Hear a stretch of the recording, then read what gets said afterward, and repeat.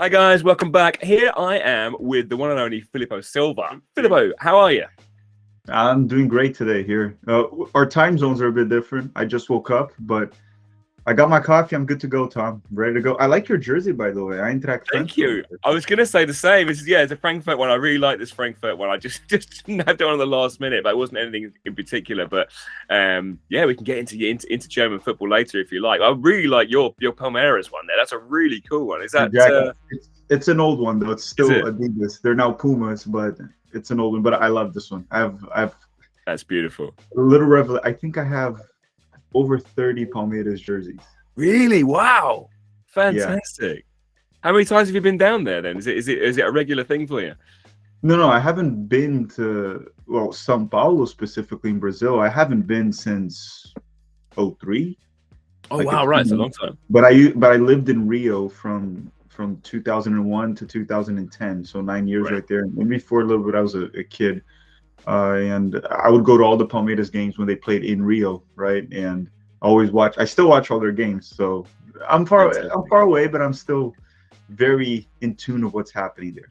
Absolutely. This is the wonders of the modern world, where you can keep up with everything. Before we get into any of that, tell the people a little bit about yourself. I know a lot of people will know you already from Twitter or YouTube or your podcast, but go for it. So give everyone an introduction for you. I've worked with soccer I've been involved with soccer my whole life, but I really started working with soccer about, I'd say 5 to 6 years ago. I was already involved in like some tournament, like more like pickup with a lot of players that are around here in Orlando. I live in Orlando, Florida, by the way. And then I had my own company that I opened that's still active. It's more of like an after school soccer program for kids, very young, right? For elementary school that are usually getting started, especially in the US, right? If you go to Brazil, kids at age 5, they already play on their own. But in the US, at this age, you're kind of introducing them to the sport. So I really I appreciate anyone that does that, right? You're getting more Yeah. kids here involved. And then I worked a little bit with Orlando City for, I think, a bit over a year. I worked at Orlando City, their first soccer school here in Orlando. They had the academy and they wanted to branch out. So they started opening some soccer schools. The first one they had was in Celebration, which is actually a very this neighborhood here in Orlando, in the United States. Many people know it's the Disney neighborhood. Everyone knows about it here. Right. Gotcha. Yeah, if you look up, it's a wonderful neighborhood actually, one of the best ones, especially here in Florida, but in the U.S. in general. And then they had a soccer school open there. I was the head coach there, from many different ages: U8, U10, U12, and even U15 or 14. Now I can't remember exactly. But anyhow, that's that. And then with the pandemic and everything, I started a YouTube channel because I got to find something to do. Start as for fun with a friend of mine named Dustin. He's part of the channel too. More of like, you don't see him because he's more on the editing, but he's there Gotcha. too. Yeah. And that's it. And then the channel kind of blew up for many different reasons on its own, and I'm thankful to everyone for that support. That's probably how you found us too.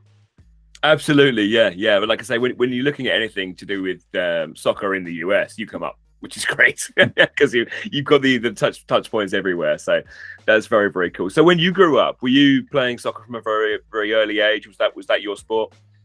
Yeah, for sure. I mean, I grew up in Brazil, right? So, like, someone asked me, I think Pete asked me from 11 Yanks. He asked me, or someone asked in the chat, which was the first soccer game you attended in your life? Like, I don't know. I don't remember. My dad probably took me when I was 3 or 4, because I was born in São Paulo, right? And then moved to California, back to Rio for a couple of years, then back to the United States towards New York and then Florida.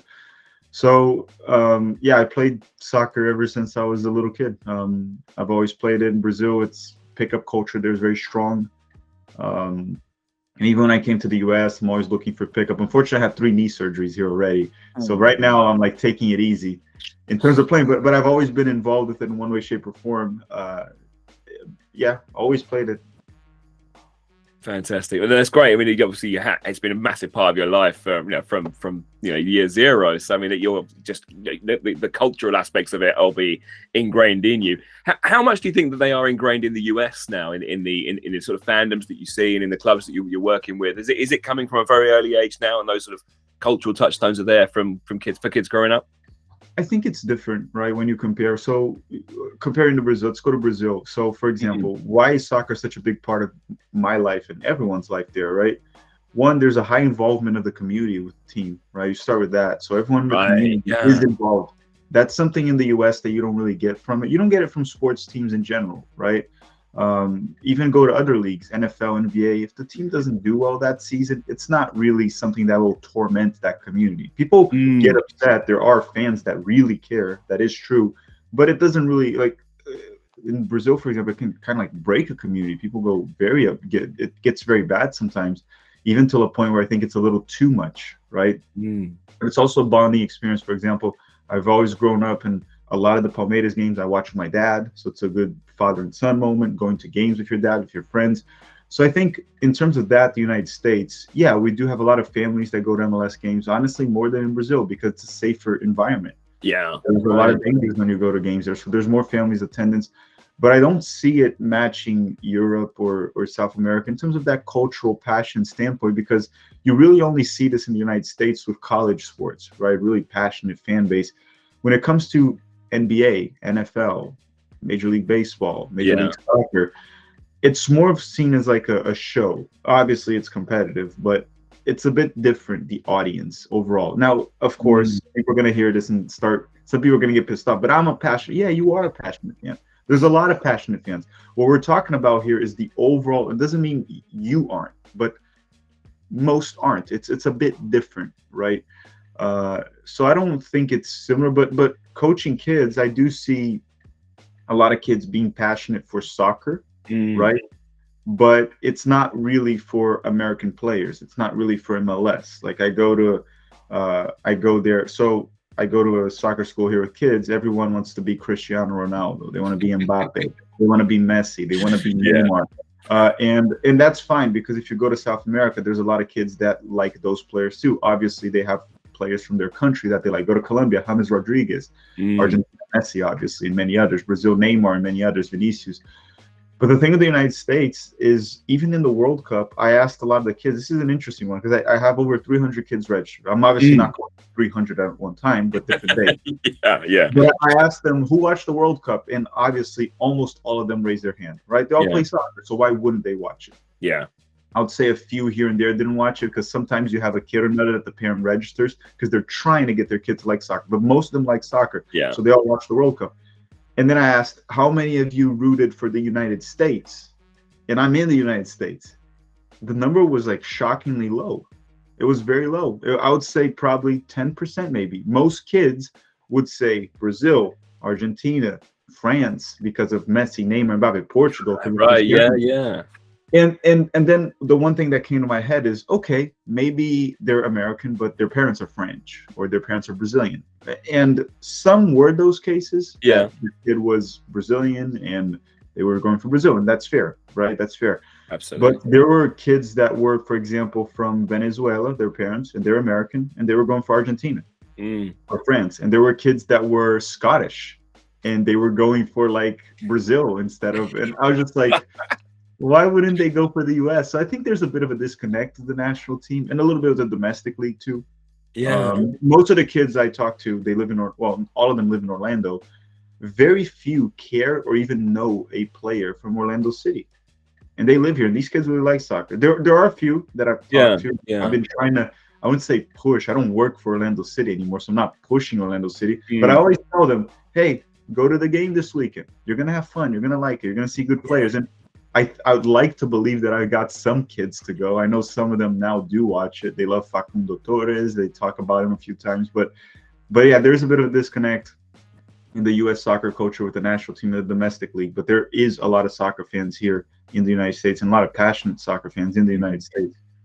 Yeah, well, that's been absolutely made clear to me through this journey. I'm still very much at the start of learning about the fan culture, the clubs, all that sort of stuff, and it's been shocking to me how there's been a lot of surprises along the way, including the standard of MLS and the teams and the players and that. But the fans has been one of the biggest things. Actually, there is some hugely passionate fans. The ones that I don't want to single anybody out, especially, but the reaction I got on my St. Louis video, St. Louis City, who technically don't have an MLS team yet, and we will do in a couple of weeks' They're time. about to start in MLS. Enormous. The fan groups, the numbers of people running for that, and the passion there already. It's like absolutely phenomenal. I was blown away by that, and it's just keeps on surprising me in a really, really good way. But yeah, I really see your point on the US, and I think it could be different in the future. I mean, you were talking about where you grew up, and certainly where I grew up. I mean, a lot of the teams around me, a lot of teams in England, for instance, I know it would be the same throughout the UK and in a lot of places in Europe as well.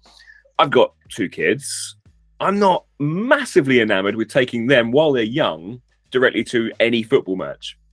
But in the US, what I see is a much more family-orientated ground. It's much more of an entertainment piece. You can have good food and drink in the seats. You make a whole day of this. You have the tailgates beforehand. It's a real experience, proper day out for the kids. Whereas in England, because it is maybe there are so many clubs and everyone's got a local club, and a lot of them are lovely, but you can't guarantee that your children aren't going to pick up some language there, that what they're going to see is appropriate for them to see, that sort of stuff. So I think the Americans are doing it certainly better, and it might actually bed in kids better than a lot of places will. No, from that standpoint, I fully agree, right? Because people were talking about this. MLS has better attendance numbers than the Brazilian league. And really? Yes, it does. Wow. People, you didn't know that? They do. No, I didn't. I thought the Brazilian league was massive because the Mexican league, I assumed that the Brazilian would be pretty similar because of that. I think MLS also has better attendance than Liga MX, the Mexican. Really? Wow. Yeah, the problem with the TV numbers are nowhere near, right? So those leagues make more money. Right, maybe that's where I've got the wrong idea from. Okay. Yeah, the problem is in a lot of these countries, right? Brazil, I can't speak in behalf of Mexico. I'm going to a game in Mexico, but I haven't been. Okay. Yeah, I'm going to attend. But I've been to many games in Brazil, and I understand it, right? It's not as safe of an environment for kids, and sometimes you don't even want to bring teenagers because there can be fights that break out, language to a certain extent, but if you're like 15, who cares? At that point, exactly. Right? You have heard it all before. But it can be very dangerous, right? Like there's extreme cases where people die, right? Yeah. While in the United States, every time I've gone to an MLS game, which I've gone, would I say, probably half and half at this point in my life. The amount of games I've been to, half MLS, half Brazilian league there. Yeah. And you always feel very safe in the games here in the United States. They're very like friendly environments. You go. It's almost like, to a certain extent, it's a bit. I'm speaking of soccer specifically, okay? Before anyone calls me out saying that it can be a bit dangerous when you go to a college, even college games. I've been to a few football and basketball. Always felt very safe. But in MLS, it's a very family-like environment. So if you have the money to go and you have the time on the weekend, it's a great place for you to take your kids. They're gonna love it. You're gonna love it. It's chill. You leave, everyone's happy. While in other countries, when you're taking your kid, there's a lot of responsibilities with it because you got to bring your kid safe back home, or the wife will beat you up later on. So, so again, I think that's something that yes, MLS is doing it right, but again, is it really MLS or it's just really American sports culture as a whole? NBA games, go to that; they're safe. You go to South America, a lot of fights break out on the basketball league. Did you know that? Because I had no idea. What happens is soccer has a lot of money, right? So they put a lot of security. So there's less fights nowadays in games. So what these gangs do, because I call them gangsters, they're not real fans, they're criminals. What they do is they schedule a fight in a basketball game because there's less security. Yeah. I said we get it over here as well. It happens. There's not fans. It's people who want to go out and have trouble. They don't want to see the football. It's an excuse when you know a lot of people are going to be. They're criminals. They're not fans. Absolutely. I think that's unfortunately a problem in a lot of different places, but it seems like it's not that much of an issue in the US MLS. What are you thinking about on the MLS stage at the moment? What's your opinion on the state of the league? Obviously, you've been involved in in soccer for a long time, both professionally and personally.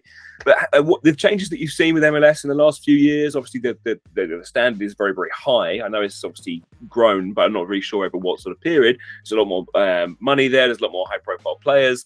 What's your opinion of where it is at the moment and where it might go next? Yeah, I think it made a big jump the past few years because MLS kind of changed a little bit of their transfer policy. It used to be sign up, washed up old veterans only. There's still a few that we get here and there, right? Which I guess that's normal because every league has a few washed up veterans. That's okay. Yeah, of course. But it used to be kind of like the norm, the narrative, and what MLS was seen for. But the young DP rule, the U22 initiative, that was great. And you started to see a lot of young South Americans come here, some very talented, right?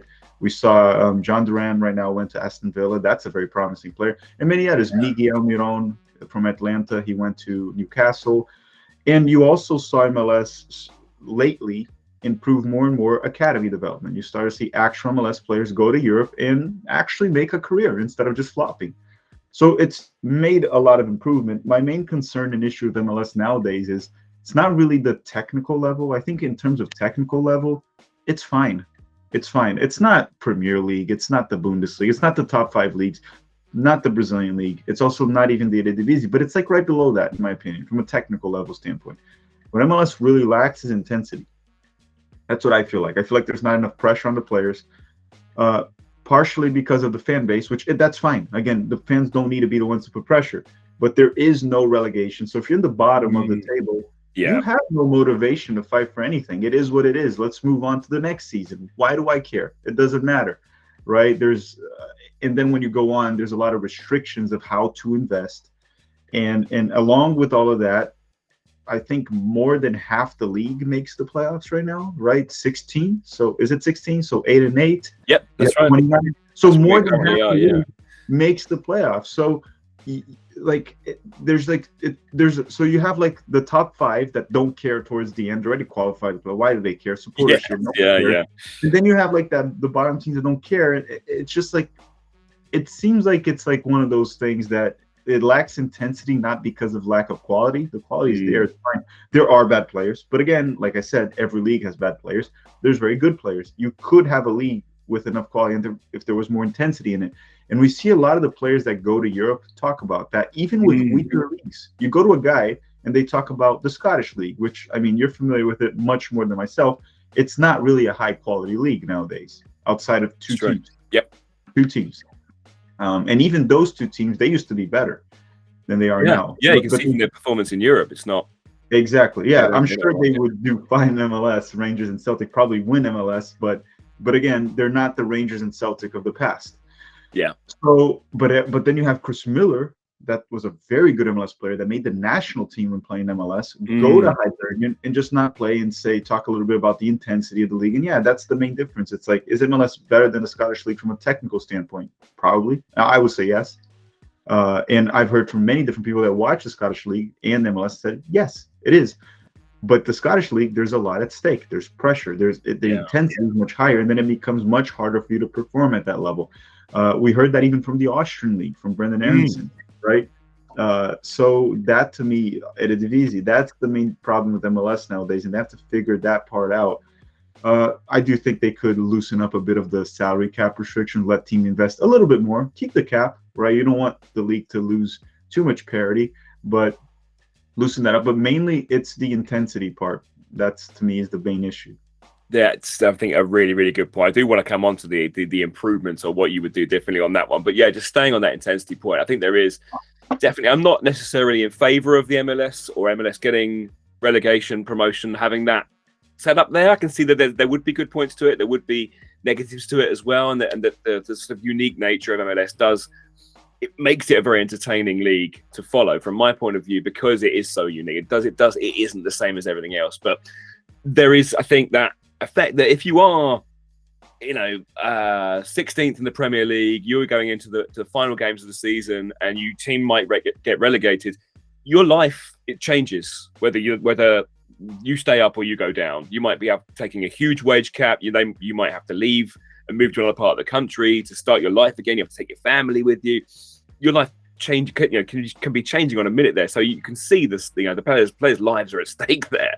So I think that does add an element of that intensity. Whereas consequences, right? Consequences. Yeah, exactly. That's it. Whereas MLS, you might, if your team's struggling but you're playing all right, you're going to get a move somewhere. You're probably going to be all right, or you could just go again next season with the same team. Yeah, you don't even need a move. Just like, all right, look forward to next season. I mean, we finished last. We get a draft pick here that won't mean anything, but it doesn't really matter. That's the problem. So I am for promotion relegation. I think the United States, not really promotion relegation, an open system, right? Because there's a difference. You can do a promotion relegation in a closed system. You do MLS 1, MLS 2, just keep the same teams. You have promotion relegation. I do think that would help MLS because probably MLS 2 would make less money. There would be cuts. And what would happen would be teams would want to stay up. I think that would help. That would be better than what we have now in terms of consequences. But I'm for an open system. There's a difference. Open system is a soccer pyramid that you can move up the ranks. MLS could still have a closed system and add promotion relegation. I think that would be good for the league. The league needs more consequences, not bad consequences, just consequences in general. You talked about the 16th place team in the Premier League is fighting against relegation. The 16th place in MLS is going to the playoffs. You're absolutely right. The 16th place in MLS can win MLS. Yeah. Is that a good thing? A bad thing? Look, personally, it's pretty cool. That would be like a Cinderella story, right? They just come out of nowhere and win it. Yeah. But you're kind of like, do we really want a team that was crap all season, getting lucky in a few knockout rounds because they're one leg usually, and just like knocking out big teams that probably deserve to win because they were more consistent? Yeah. Right?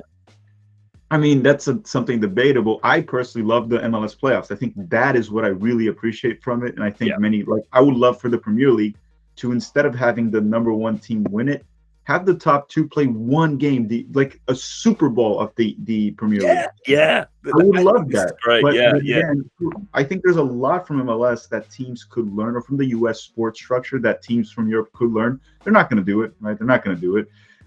They don't want to Americanize it. But I do think there's a lot that the U.S. structure could lose. A hybrid is the ideal one. Both have good things. Yeah, I absolutely agree. I think that the amount of fan engagement at the end of the season, there's so much of the Premier League that aren't going to be in Europe. They're not going to go down.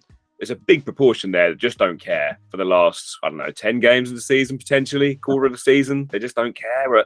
Whereas I'm a Leeds fan in the UK, and I think that for me, it's obviously a relegation battle at the moment, but a lot of our history, we've been a mid-table team. And once you get, 9th or 10th or something, and then you just go, we're not in the cups anymore. We got nothing now. It's not. There's no drama. I would love the fact that going into any season, even when we were half decent, I knew we weren't going to win the league. There was no way we were going to win the league. That's just not possible that we could do that. So finishing 7th and actually thinking, we might get this, and then the world's your oyster after that. It's great.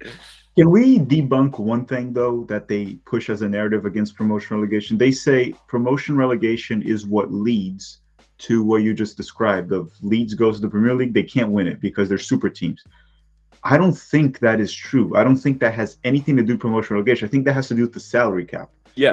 For example, if MLS removes the salary cap and doesn't add promotion relegation, keep it as is, you're going to have teams that are going to spend 5 or 10 times more than others. You're going to have super teams, LAFC. Some teams are going to, and they're probably going to win the league almost every year.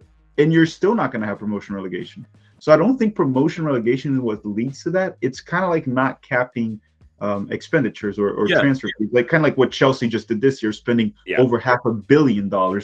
If you cap that, you can keep promotion relegation, and you're probably not going to have super teams. Now, I think what holds MLS from having super teams or teams that win the league every year is the salary cap, which, again, I want it to go up. I don't want it to disappear. I'm okay with it. That's a very, very important difference. I think that's absolutely right. Yeah. So that's just something I wanted to debunk, because I see a lot of the times, like, look at the European system. Promotion relegation leads to the Manchester Cities, the Chelsea. Like, no, sir, that's not what it leads to. That's what lacking financial regulations, or that's what it is, because the financial fair play is a joke. It's absolutely. Yeah. Do anything. The salary cap in MLS is actually I know people say that LAFC gets by with this and that, but it is enforced, right? You saw Inter Miami they had like 4 DPs the other season they got. So again, I think that is another thing that European soccer should go towards. Obviously, don't put a salary cap of 5 million like MLS. Put it higher, at least for the Premier League. You can put it way higher. But put it in a way where you can kind of balance out the league and have something like a Leeds, actually, if they manage their money correctly, they can compete. That's what it is. It's not promotion relegation that's the problem there.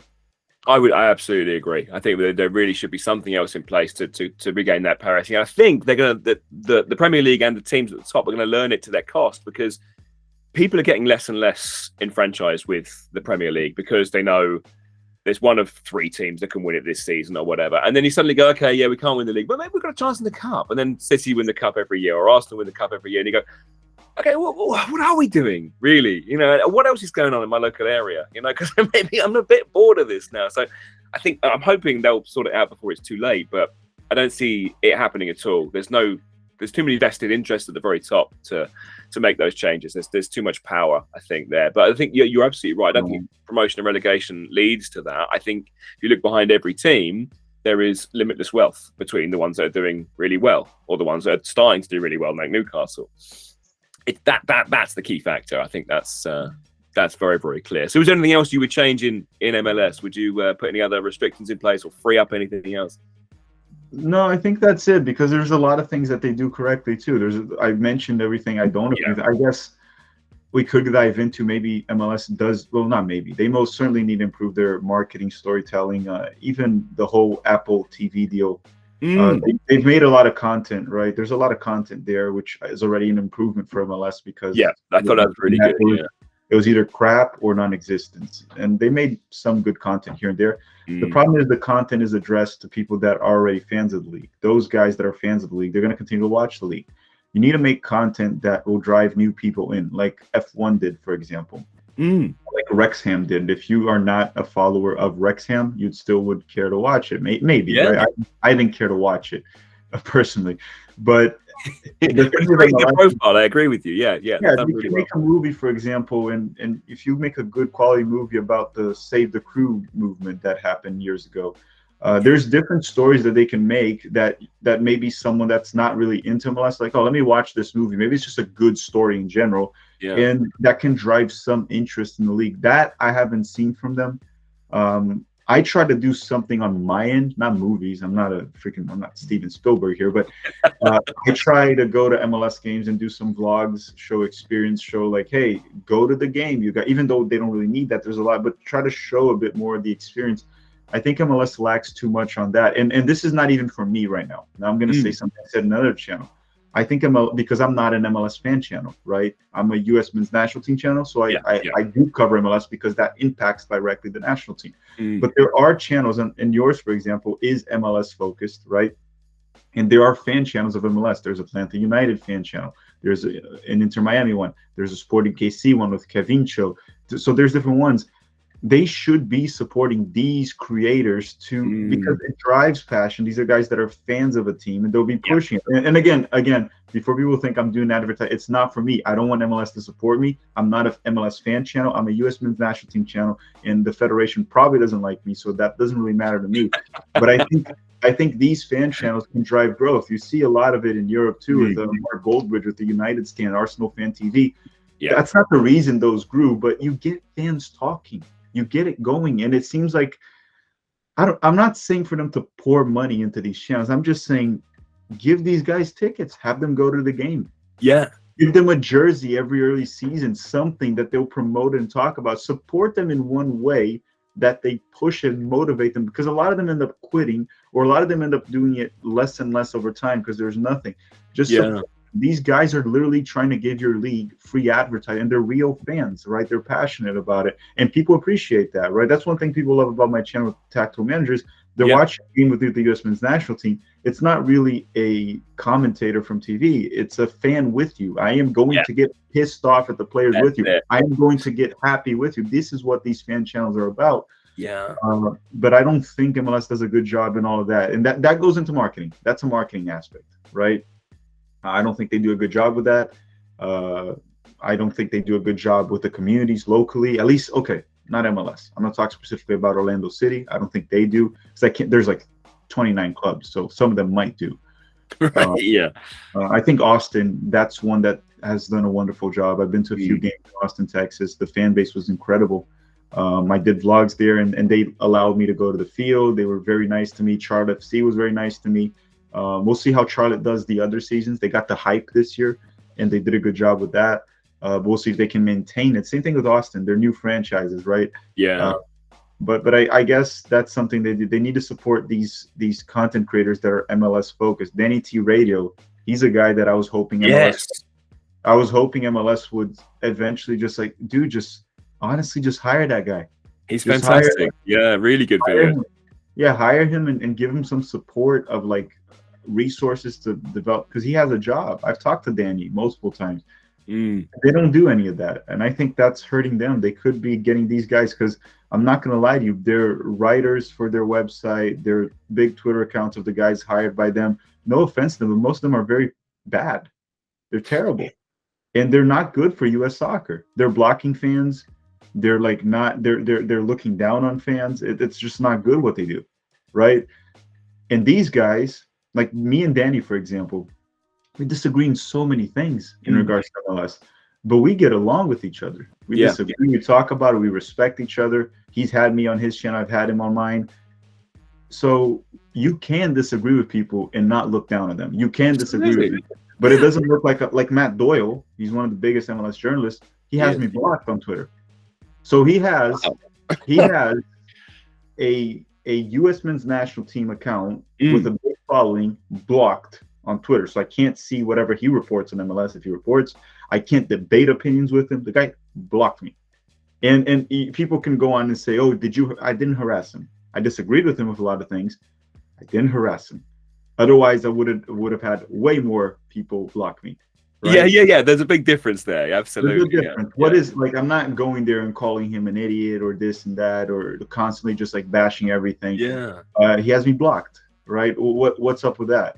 Right. We should be encouraging this debate and things. I mean, I see it sometimes in my comics section there. There's constructive debate, giving different sides of opinions, and then obviously there's abuse, because that happens. But we try that. But I mean, have these conversations enhances everyone's experience and knowledge, and gives you other views, other mindsets. I brought Ian Joy to my channel, and he has a different perspective than myself in MLS. I'm more critical than he is on MLS, right? He hypes MLS a bit more, and I sort of knew a little bit to a certain extent. But I was just like, why don't I bring him? Because I respect Ian and he respects me, and we get along. And I said, why don't we talk about it so people can hear his perspective, my perspective, and then you can make your own decision based on what I said and he said. Yeah. Now, I don't need this echo chamber with just like one opinion. And I know some people try to push that area, but what you want to do is you want to bring someone that has a different opinion, as long as that person can articulate their opinion, right? I can't just bring someone that's just going to say their opinions like, all right, mine is this, why? And then they just don't. He articulated on it. I don't agree with it, but it doesn't matter. Now people can watch it and judge it themselves. Yeah. Right. But it does seem like MLS lacks that. Even on TV, right? There's no really talk show debating. It's always like hype. It's like, oh, this guy's in the national team. He's so good. It's like, yeah, you don't have to crap on the player on TV. I know there's a difference of a fan channel and like an actual media. Absolutely. You see that difference a lot in England with Mark Goldbridge, and then you see an actual TV channel. But you can be critical. Like you can see, like you can go and say they're simply not good enough right now. That has to change. But everything is like hype. And in real soccer, not real soccer fans, sorry, I can't call anyone that. Soccer fans that come from a different background, maybe parents from Latin America or from Europe, they kind of like don't really enjoy that, right? They kind of tune out from that. And they don't like these guys from media looking down on fans and talking that way. And I talk a lot with people like that, people from Mexico, from Brazil, from Argentina, Colombia, England a lot, right? I've coached kids here from England. I've actually had on my channel a guy that you might remember, and I coached his nephew for a while. You might remember Alan Smith. Oh yeah, really? Did you? I had Alan on my channel. You can go look up an old video. Alan Smith, and a lot of your fans gave me a lot of crap for it. They didn't like him, man. It was kind of like, but Alan's a fantastic guy. Great history guy there, but yeah, as a guy, no, we don't know what he's like. Most of them, great guy. Most of us haven't met him, but it's that was the thing. He did the unthinkable, but then there's also lots of theories about why he did it and what it was for. So he explained it. He didn't really want to leave Leeds. Yeah, that's the thing. Yeah, he's not Harry Kuehl. He didn't just go for the money and he's a Leeds fan. And say no. He still is. He's a Leeds guy, and he didn't. It's just like the situation at the time. He had really no option, and then people hated on him, and obviously feels that till this day. But again, that's a little bit of the passion that we're talking about. But yeah, back to what you were saying about MLS and content creation. That's my thought on it. Absolutely, yeah. And there will be people who just have strong opinions all the time. But I think there's definitely a place. And like I said, that most of my channel, most of the guests I've had on have been fans, or who either making fan content through podcasts or YouTube, that sort of stuff. And there's stuff I can't stop watching. You know, I watch Uncle Mad with his Nashville videos, and I love it. I love his passion. I love his fanship. I love finding out the nuances of what the fans are doing and what he's doing on game day and stuff. And I think it's absolutely fascinating. You can't replicate that passion that a fan has in your objective, sort of soapy, sort of pro everything analysis, if you like. You need to have the fans, and you need to have the fans supporting their team unconditionally, and dunking on their teams from time to time as well for not doing well enough. And that's what's interesting, I think. Like you said, that's why a lot of the fan channels have done very, very well, like the Arsenal Fan TV and that sort of stuff. I'd be wary of Mark Goldbridge, though. I have heard he's not quite what he seems. I heard he was a Forest fan, but he's making a lot of money pretending he's not. So yeah, I mean, I don't know too much about Mark. I know his name is not even Mark Goldbridge, right? His name I think that's where. But nevertheless, he did build a very successful channel. Huge, absolutely huge. Yeah, amazing, and he is, like I say, a good example of that kind of fanship on that side of things. So, MLS and the US men's national team, because obviously that's where your real specialism is on there. Is it good for the men's national team? Is it a force for good at the moment, or do you still think that the men's national team should be sourced by players who are playing in Europe? Or what's your take on it? I think right now, based on the players we have, where they have the roster should be 90% the players from Europe. I don't think you call a player just because of where he's playing, because he can be in the Premier League and be a terrible player. Yeah, we've seen that. Absolutely. But mainly, like when you look at our players in Europe, most of them, if not all of them, are better than the guys that are in MLS for a while. And you kind of see that, right, when they're playing too. You see there's a difference in levels right now. If you try to build a U.S. men's national team roster, there's only a few MLS players that would make it nowadays. Obviously, under Greg Berhalter, there's guys that make it just because he wants them to make it. But overall, nowadays, because of the players we have, and they're mostly competent in the leagues they play, yeah, I don't think many MLS players should make the national team. And maybe by 2026, none of them. But there's one thing, credit to MLS there, because MLS doesn't hold the players too. We sell them. I think that's key. I think most that stay are more like their option. It's not really MLS. Like Liga MX kind of holds their players.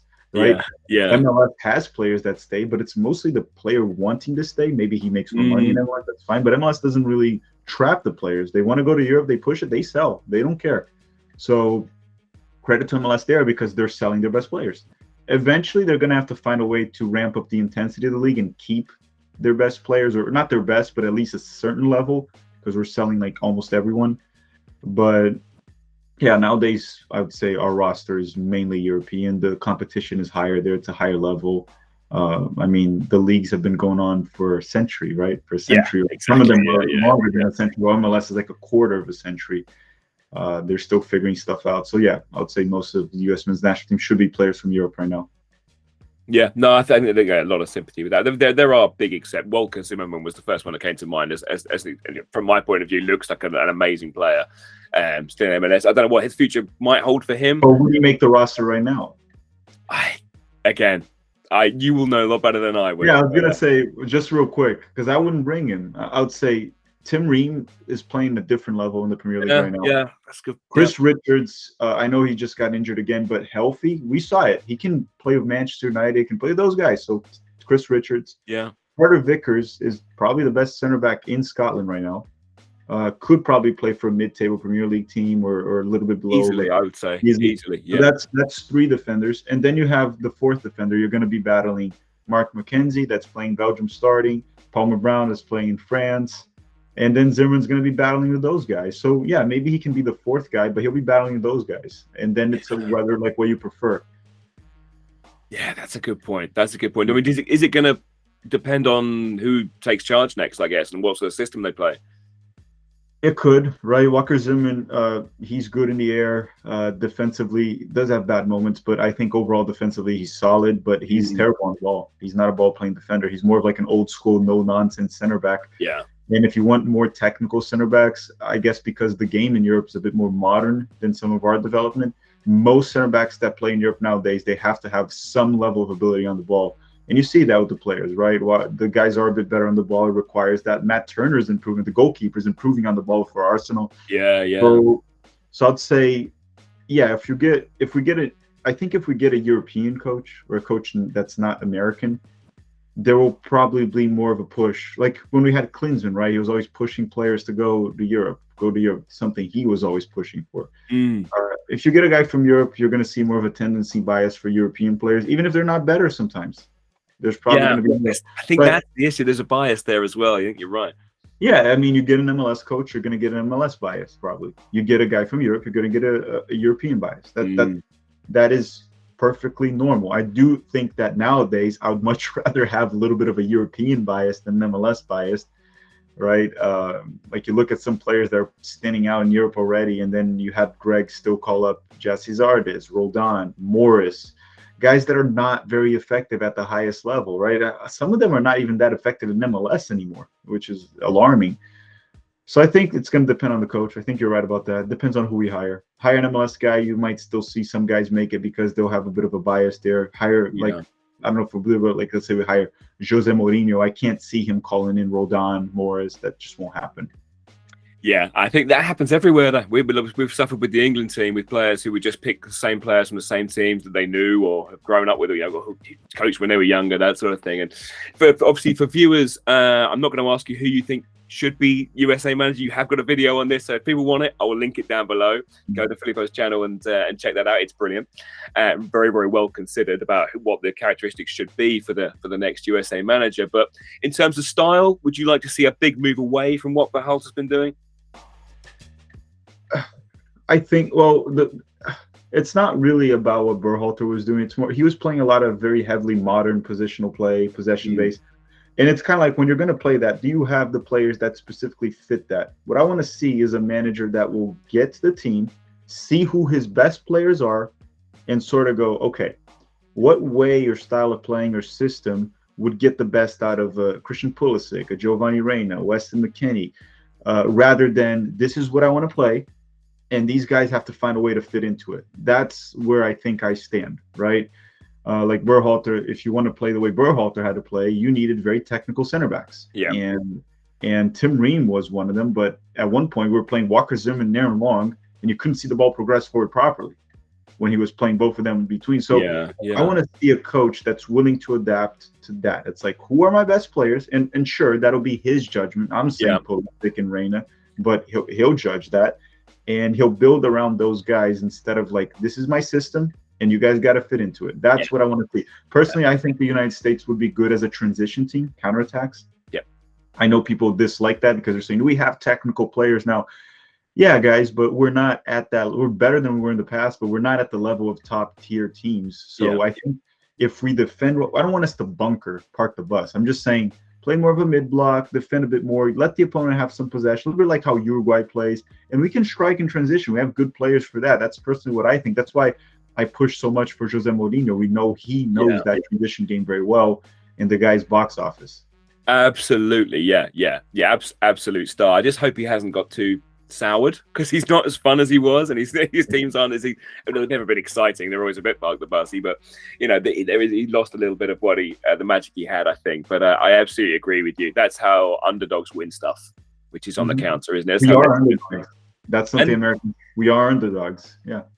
Absolutely. Right. I'm going to start to wind up, but I'm going to give you 4 quick fire questions, if that's okay.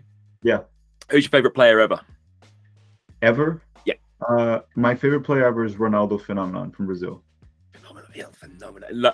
One of mine as well. Absolutely, arguably mine as well, because I was growing up during that time as well. Absolutely phenomenal. Well, I my first World Cup that I really followed was 2002, right, where the United States beat Mexico. That was big. Yeah.